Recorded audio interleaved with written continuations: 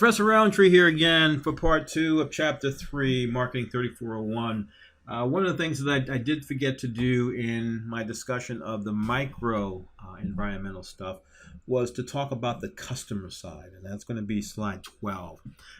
Essentially here it breaks it up into different categories of different markets, and many large companies do a really good job at really segmenting markets. This kind of focuses on the segmentation issue in terms of who your customers are.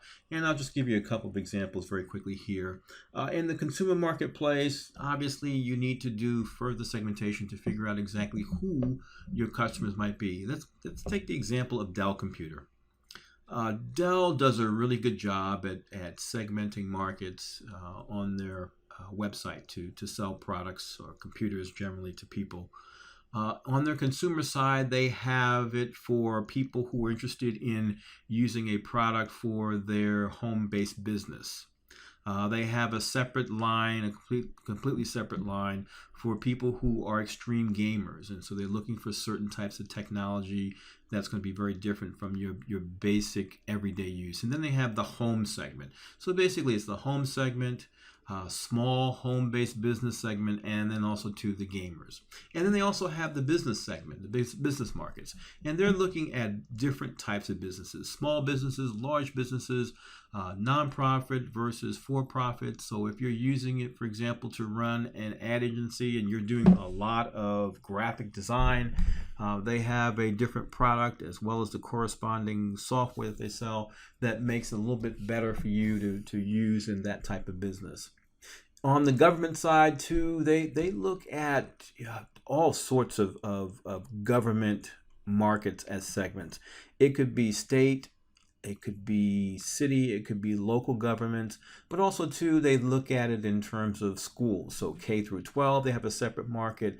Colleges, they have a separate market or different market, and even there you can even segment it further into 2-year community colleges versus 4-year colleges. And so they find a lot of different ways to segment markets. Internationally, obviously, it really kind of depends on where you are in selling your product, but you could do it by continent. That's probably an easy way to do it. But also, too, within each continent, there are lots of different and diverse segments that might be located. It might be based on culture. It may be based on language. Try going to Europe and selling a product in France and in Belgium.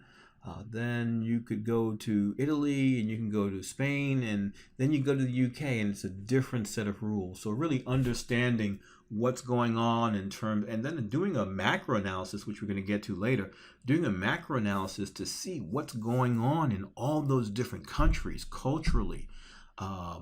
Socially, culturally, political, and legal types of trends that are happening within each of those countries is really important to understand as well. Doing business in Asia, very different, especially if you're looking at an emerging kind of country that's really embracing capitalism for the first time. Looking at places like Brazil, which is one of the larger economies in the world. All sorts of changes. So the important point here is really understand the nuances of what's going on in international markets, and then tying it back to some of the stuff we're going to talk about in a few minutes in terms of some of the cultural trends and changes and economic trends and changes going on in a country. So when it comes to macro environment, we're going to talk about some demographics, economic issues, natural issues. Natural here, we're talking about more environmental stuff, technological changes, political trends and changes, and then cultural/social. I kind of put those in there as part and parcel of that. Excuse me. In terms of demographics, again, what we're looking at in these environmental trends, we're looking at the trend of what's going on, not an absolute number. So when we think about demographics, we look at what's going on in human population. Where is their growth? Where are people not having an increase in the number of people who are living in a certain location by gender or by race? So we're looking at all sorts of things, but it really comes down to the how many issue. It's trying to figure out the trend in terms of growth. Also, too, we think about these trends here. You got to say to yourself, what would be a trend that might potentially drive the consumption of my product or service? So for example, if you have a product that is primarily focusing on young people, and young people I'm saying here 25 and under, and even then you might have to make a cutoff at a age of maybe 12, for example. And then you say, let's say you have a game. You're creating a game and you want to figure out the sweet spot for people who buy your game. Just saw something the other day in terms of one of the video games that just actually came out recently. One of the auto theft games. The name is escaping me right now. Apologize for that. But $800 million in one day they sold. 800 million. Not 800,000, not 80 million, not 8 million, 800 million. Grand Theft Auto is the name of it. And I don't know the version that they're coming out with, but that's a huge franchise. But they primarily target the gamers as a demographic that we're looking at generally, or a segment that we're looking at. So you want to see the changes and shifts in people in terms of, who they are, how many of them are there. And again, when we talk about segmentation, generally, demographics is a great start, but then you kind of overlay it with some issues that might relate more to what they do with their free time, how much time they spend doing it, what their behaviors are, lifestyles, values, all that great stuff. And when we think about demographics generally, we think about different demographic groups that have been created by marketers over the years. Excuse me. Baby boomers, I think everybody is aware of who baby boomers are. People who were basically born right after World War II up to about 1964. The key with any of these demographic groups is to look at the trend and try to understand how they collectively behave. Now, one of the reasons why folks are kind of hot and feverish after many baby boomers is because as a group, they've all moved beyond, for example, having to have the cost and expense of taking care of children for the most part. And so they have acquired more income, they have more disposable income, but you kind of have to overlay that with what's going on in terms of where they are with their retirement income. So you'll have some of them who are, pushing that retirement age, who are more concerned about making purchases that they can use for today. They're not necessarily trying to buy anything very frivolously. So you got to kind of, slice it and dice it and figure out, where the trends are. So baby boomers 46, 64. The key though is to make sure you understand the underlying group and realize that there may be different subsegments within this group. The folks who were born in 46 who are retired now are still behaving a little bit differently compared to the ones who were in 1964, who might even view themselves more as Gen X type of people, which is our next group. These folks have kind of experienced some different issues here. And again, these are some general trends that people have observed over the years. The divorce rate for folks in this age group is very high. That kind of corresponds to, their parents and the social acceptance, maybe, if you will, of becoming divorced. Back in the 1950s, people who were parents back then, the thought of getting divorced was not really practical. Or realistic. So it's the change in the social and cultural and acceptance issues. Lots of many issues overlay this. But again, another example of a demographic category. They tend to be a little bit less materialistic. Family comes first, but again, the family may generally, again, general statements, might be a little bit more fractured. Millennials, these are people who are the children of baby boomers. They've done a lot of research on this group generally. They tend to be a little bit more, as they say, financially strapped. The cost of education, as an example, has gone up significantly. So those people born between 77 and 2000, those are folks who probably might be more second generation college students, but the cost of tuition for them has gone up significantly.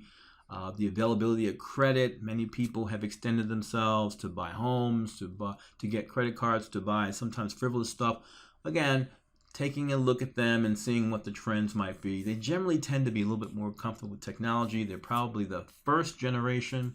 Again, we're talking about a very wide range of about 25 years or so almost of people.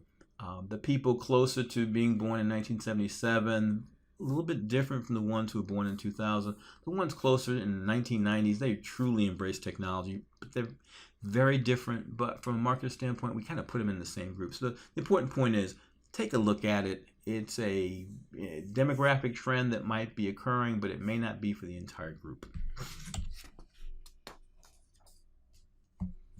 Many companies have realized that generational marketing is important. It's important in segmenting people because it's really segmenting them based on their lifestyles. So, for example, if we think about anything that has technology in it, generally we probably would look at younger folks who were 25 years and younger, more accepting of technology, more willing to use technology for certain types of usages in terms of, especially when we talk about e-commerce as an example.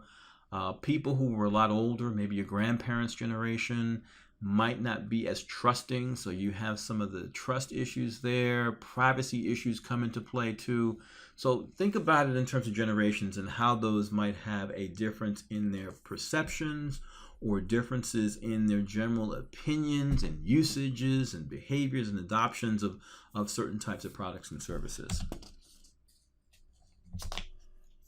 Some general trends, I think I covered some of these already, but in terms of people getting divorced, divorcing or separating, very, very common. Choosing to not to marry, there are many people who will probably spend the rest of their lives maybe partnered up for whatever reason. It might be their preference, or it may be they just haven't found the right one, but you find all sorts of trends. The important thing that I want you to take from this list that I have here in front of you is to see what the trends are as it relates to some of these phenomena and maybe others that you and your group or you by yourself have observed in terms of what's going on in terms of demographic trends. Again, the important point here is what's going on in behavior, but when it comes to the demographic environmental side, it's the change in the number or frequency. Social cultural trends would really address some of these issues in terms of the divorce rates and stuff like that. Here we're looking at the trend in the number of people who happen to be in divorced families or families who are separated or people who are choosing not to marry and remaining single. It's the number that we're looking at in the demographic trend. Another issue is looking at some of the shifts in populations. Many people, what we saw in the last 25 years was more of a migration outside of the urban areas.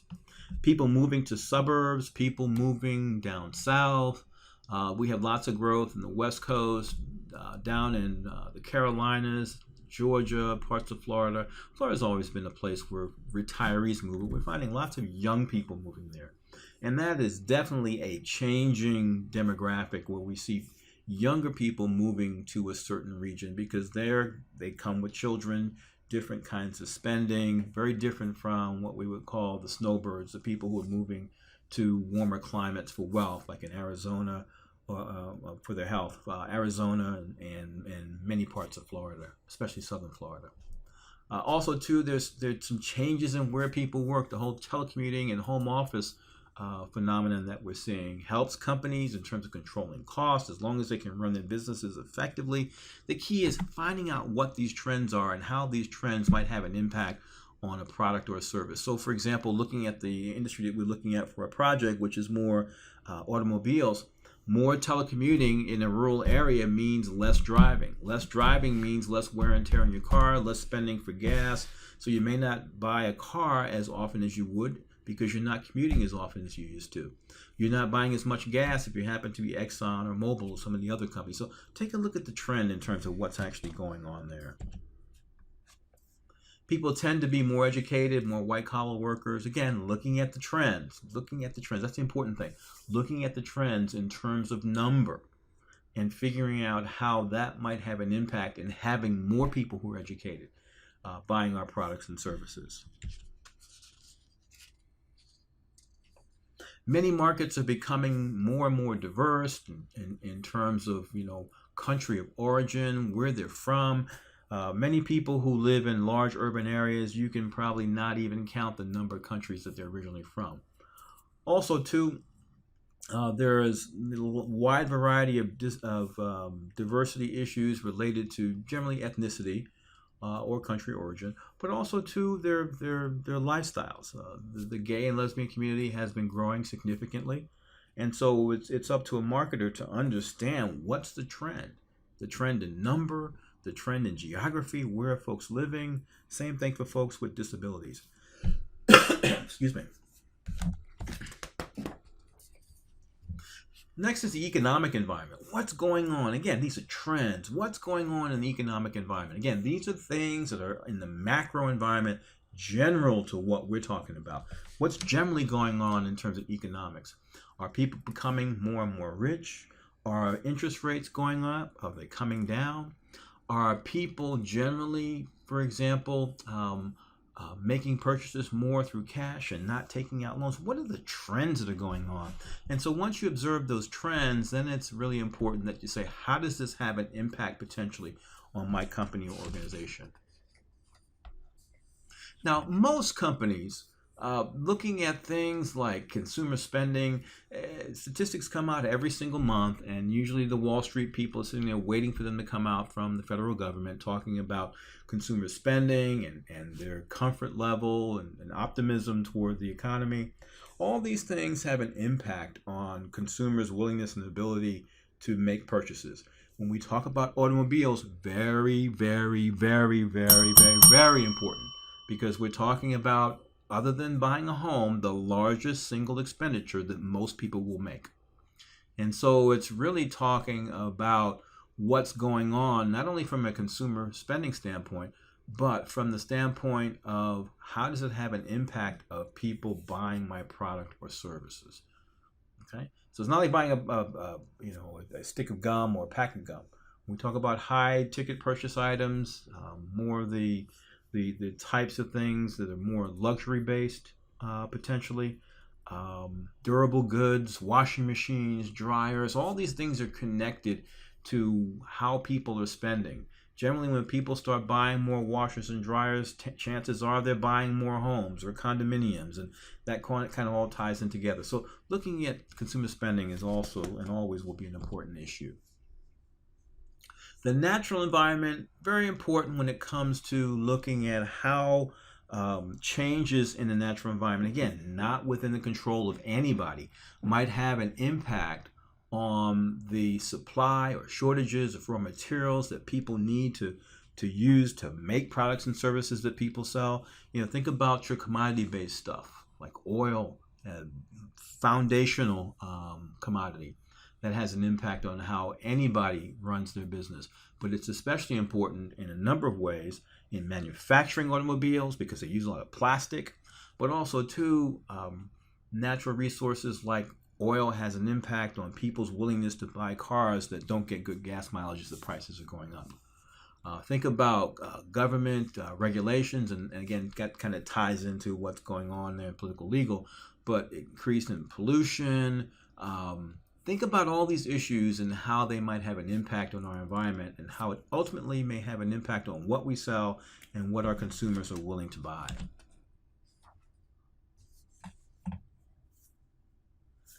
Now, the next one is more of the issues related to technology and figuring out how technology might have an impact on the things that we create, products, how we sell those things, be it online or offline, the actual pricing, and many things that are done by auction these days online. So technology, or how people access the information that we have in terms of our messaging through advertising or actually purchasing, technology will have an impact. Technology can also have an impact on the things that we buy, the safety of the automobiles that we actually manufacture. Does it have an impact on how a particular car runs? So start thinking about how technology generally has an impact on what we do and how we do it. So think about how technology has an impact across all the different P's.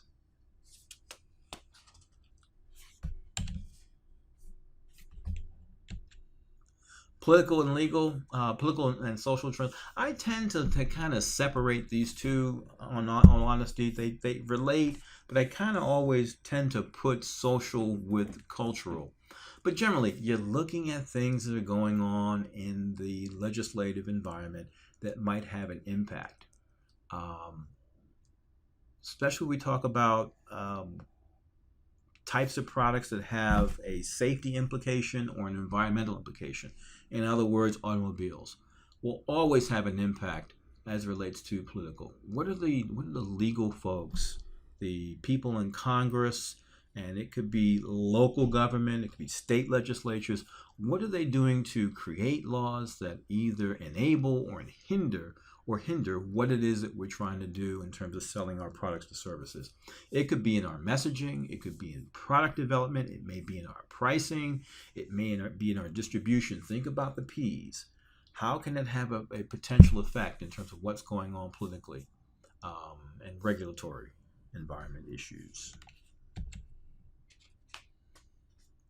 Now, when it comes to social stuff, again, I kind of view this more as in line with more the cultural stuff. Um, there is a trend generally in terms of emphasis on ethics and social responsibility. Companies like Tom's, I think many undergrad students tend to know about them. They have more of a social mission when it comes to the shoes that they sell. I think it's probably a smaller niche market in terms of what it is or who it is you will actually sell to, but that's okay for a company like Tom's. That's cool for them. Okay, companies like Target, I mean, they're focusing more on an educational kind of mission, so giving back to the community. That's what they're looking to do. So what I would advise you to do is to take stock of what's going on in terms of social trends. Again, it's trending and figuring out how it might have an impact on your business and for our class on our project and our core brand. So some of these cultural trends, again, kind of tying into that, changes in basic values and behaviors. You can also add in here changes in how religion may impact what people buy, the influence of connection with religion, how that might have an impact on what people buy. Again, all these things in terms of macro environment, they all overlap.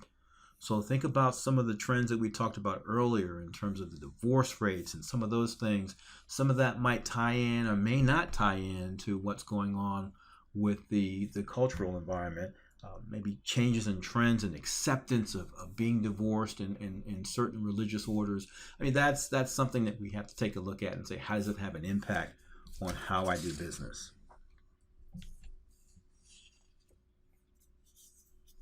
So the important point here is to figure out what the value systems are for your core customers. And it may just mean that you have to ask them. And we're going to talk about in chapter 4, market research.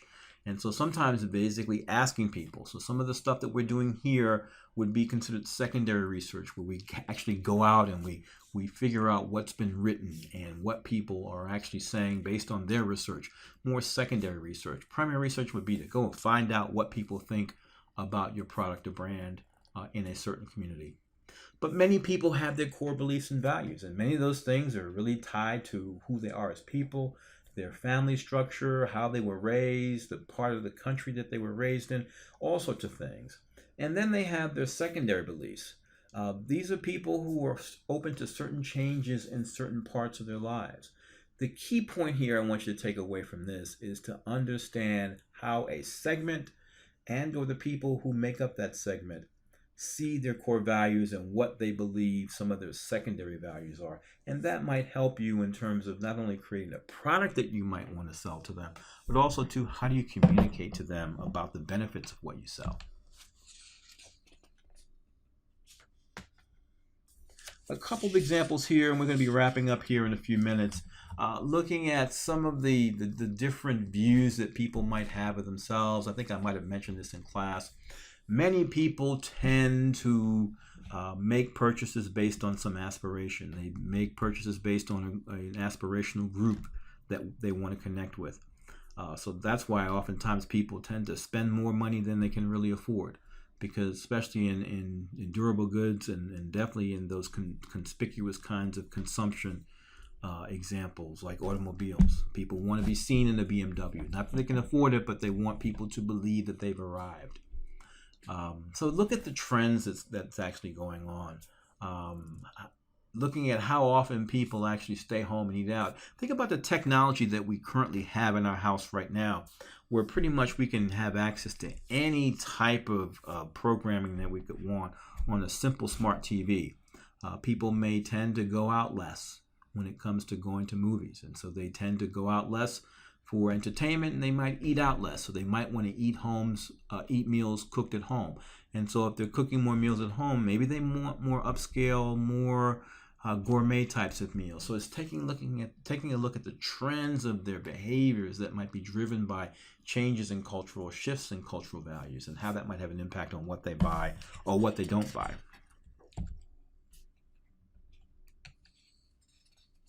We've seen a decline of loyalty generally of people towards certain companies. I think even Apple is seeing a couple of little holes in their armor, as they say. But it's cyclical. Microsoft was Apple 20 years ago, where everybody said, wow, Apple is the company. But right now, if we look at where Apple is relative to where Microsoft is, things have changed. Many people put companies on a pedestal until they get too big and they become part of the establishment. So keeping an eye out in terms of what it is that people embrace in a company. Many companies now are embracing more of the nationalism type of focus. We buy American, we employ American, and for a certain segment of the marketplace, that's going to be a driver for whether or not they buy a product from that company or not. So take a look at what the trends are that are going on in that particular market in terms of how people view society or how they might view certain organizations or organizations generally. A couple more points here, and then we'll kind of move on. There is a shift in environmental issues that are kind of tied to cultural. There are many companies that are making a great living off of being positioned as, in quotes, green companies. So there are many green companies. So for many of them, it's looking at the trend and then trying to figure out whether or not your product or service being positioned using some of these cultural value changes makes sense. So being a green company, that might make sense for a certain segment of the marketplace, but maybe for others, it might be made in America. That might be what really motivates people. So you really have to figure out what's going on with a particular company, what's going on generally in the environment, and seeing how it fits into your particular company, rather. And lastly, we'll wind this one up here. How do we respond to the environment? Again, remember the issue here when it comes to macro environmental issue, see what the general trend is that's going on. And then saying, does this create an opportunity or a threat for my brand based on our strengths or weaknesses? And the answer to that will determine whether or not these external macro issues create opportunities or threats.